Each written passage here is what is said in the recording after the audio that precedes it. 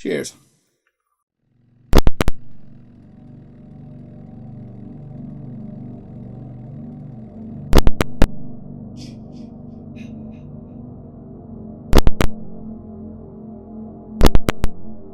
What an excellent day for an exorcism.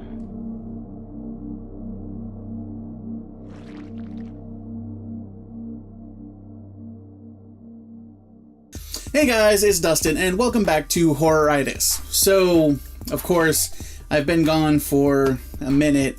If you've been with this channel long enough, you know that my schedule is quite cyclical. I'll do this, and then I'll do something else, and I'll do something else, and I'll eventually come back to this. And the last 2 times I've come back, it's because somebody has asked me to come back. So apparently something I'm doing here is good. If you remember in my last video, I was talking about Camp Death 3 in 2D, again, because I still love that movie. I said something to the effect of wanting to encourage indie filmmakers to make indie films, you know.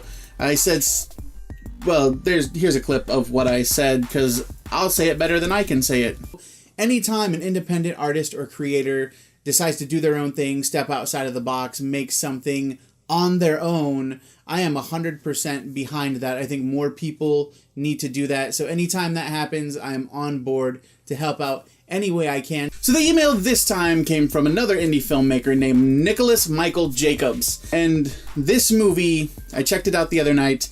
This movie, you cannot get much more indie than this. The movie is called Night. He shot this thing on less than $1,000 over 7 days using himself, his mom, his sister, and his girlfriend. And that's literally it. And I was asking him questions because I was really curious about, you know, I always ask you, well, what's the budget? What do you got going on behind the scenes? Just so I can get a better idea of what I'm reviewing, and, you know, things like that impact how I feel about the movie, because first impressions always rough, especially a movie like this low budget. My first impressions were kind of ugh. But, you know, after getting this information, it really changes my whole outlook, because this movie, for what was done, is actually pretty decent. I got off track, though, and now I have to get back to my original point, which I lost. Oh, I'm so terrible at this. It's been too long, people. It's been too long. Anyway, back to what I was saying. Yeah, it was filmed. The budget was like less than $1,000. Half of that went to using the camera, or went towards the camera that they used. So it was all completely self-funded. And he said they did it just to show that it could be done completely by yourself, to make something scary and good just on your own. So, of course, this movie is a found footage movie, because it almost has to be with something like this. And you guys know me, I'm not a huge fan of found footage, but this one is not like your regular found footage. It's not a fake documentary. It's not wandering around the woods looking for a ghost or a witch or whatever the hell. This one is actually, it's a guy, he sets up a camera in his room, and then he live streams himself beating and killing people for money. So it's definitely a found footage movie, because it's one camera in the room. It's supposed to be, you know, he's filming this, he knows he's filming it, so definitely found footage for real. But the premise there, just having somebody, you know, live stream, and if you've ever watched a live stream, you know, gaming live streams, or, you know, anybody that's looking for donations or funding or money or whatever, you know, he pegs it down pretty well. So the story behind this is, you know, a guy goes out, snatches up a girl, ties her up, and then proceeds to torture her with the intent of murdering her, live over the internet, while people donate for their favorite torture, or, you know, what they want done to the girl. That's that's basically it. That's the plot of the movie. And if I say anything else, I could potentially spoil the entire thing. It's not a very complex movie, but at the same time, it doesn't have to be, because the basis of the movie is so... It's organic enough because it's something that nowadays we're used to. It's something that's real, that, you know, you hear the horror stories about, you know, the red rooms on the dark web, or, you know, just crazy stuff like that. Just sitting and watching this guy just, you know, talk to people. You know, he talks to the camera, they type back, tell him what he wants. He's having these conversations. He's familiar with these people. He's done this a bunch of times. They know who he is and what he does and what to expect. And it's very true to actual live streams that I've seen. Not, you know, torture and murder, obviously, because I would never admit to that on camera. There are a few things I didn't like about the movie, and of course I'm going to talk about them. The first 8 minutes or so, they're a bit slow. It's the first 4 minutes is like the guy setting up the camera in his room, but he wears a mask the entire time, so, you know, obviously not to reveal his identity. The room is really dark, so it's just a whole lot of dark, fumbling camera sounds and rustling around. And then another 4 minutes of just following a girl down the street until finally he snatches her up. And then, you know, it cuts right back to the room. She's tied up in the chair and the movie starts.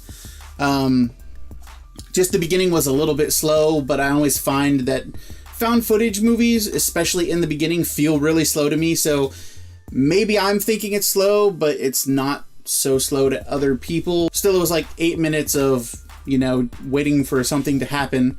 One of the things that bothered me a little bit when I first started watching it was the girl, he's got her tied up and he's torturing her in various ways. Sometimes he's cutting on her, sometimes he's beating her. Of course, you never actually see a whole lot of it up close because it's all one camera pushed back, and it's quite shadowy because it's a darkened room. But you can understand what's going on. You see what's going on. But the thing that bothered me a little bit was that, you know, when somebody's being cut on or hit on or whatever, they tend to react a lot harder than this girl was. But at the same time, this girl's not an actor. None of these people are actors. So stuff like that automatically gets a pass. Because for not being actors, they all did a hell of a job. The girl, especially, I mean, she was literally the only one whose face you actually saw. She was front and center for basically the whole movie. So that, you know, being the only person to show your face in a movie like this has got to be unnerving on its own. But, you know, so hell of a job there, because for not being an actor, it was pretty good.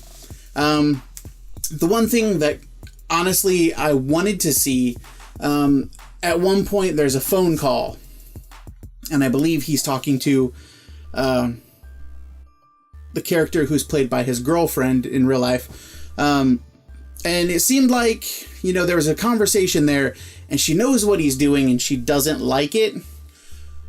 But at the same time, she lets him get away with it. And I kind of wanted more to that, because the only time she's in the movie is just her voice on this phone call.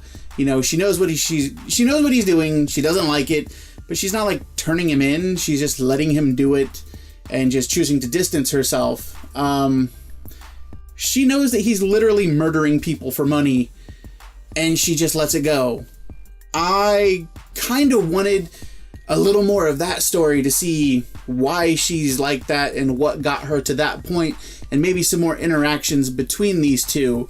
I think that would have been really cool, and it would have been like a fun subplot there, just to kind of see, you know, what kind of mental gymnastics someone would have to do to wind up in that spot.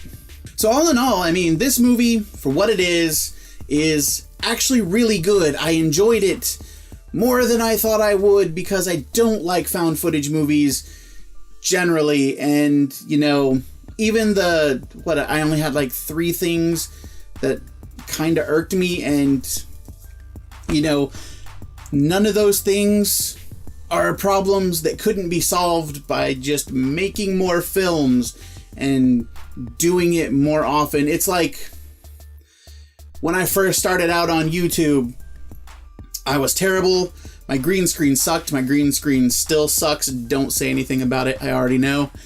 But there's things you do. You catch yourself saying all the time, and it's just little things that you notice when you're making your own videos that they get better over time the more you do it. And this is the same thing with this movie. There's nothing wrong with this movie that couldn't be fixed by just making more movies. And actually, I hope to see more movies from this guy. If you want to check out this movie right now, you can do so on POV Horror, which is a streaming site for found footage horror movies, which I had no idea existed until today. And it is available there today and will be available on Amazon Prime March 23rd if you'd like to check it out then. I would highly encourage you to check out this film just to see what a real low budget indie film looks like and can be, because this movie, despite the things that irked me a little bit, is actually pretty good for being less than $1,000, shot over 7 days with just a cast of 4 people. Is a pretty insane undertaking, and they did a hell of a job just with what they had. And it's like I say, it takes stuff like this to show people that, good films and good music, good art in general, doesn't have to be mainstream. It doesn't have to come from some bigger source. It doesn't have to have a lot of backing. People can just do cool stuff on their own, and as long as there's people there to appreciate it, it's 100% worth it. So again, I encourage everybody to check out this movie. For what it is, it's pretty good. And so that's it for this review. If you check out this movie, come back and let me know in the comments section what you thought about it, because I'm curious to see what other people think about this movie. Also, hit the like button if you like this video, hit the dislike button if you didn't like the video, do what you gotta do. Hit subscribe if you haven't already. Also, if you've made an indie film or you know somebody that has and they'd like me to review it, I will take all the indie films you can throw at me. Also, indie music, books, just indie stuff in general. I'm really liking the idea of supporting indie creators and, reviewing and giving shout outs, just giving indie creators the time and honest reviews that they deserve is kind of a thing that I'm really into at the moment. That could change in the future. I could decide later that I don't give a crap. But right now, if you've got indie stuff, send it my way and I will make a review as soon as possible, because I find that doing this is a lot more fun than doing the big studio reviews. There's like 1 million people doing those and not enough people doing indie stuff. So if you've got indie stuff, send it along, and be sure to check out Night right now on POV Horror, and March 23rd on Amazon Prime. I'm fairly sure all of that information is correct. It'll be in the description below, just to be sure. Until then, I'm Dustin, this was Horroritis, and until next time, keep it creepy.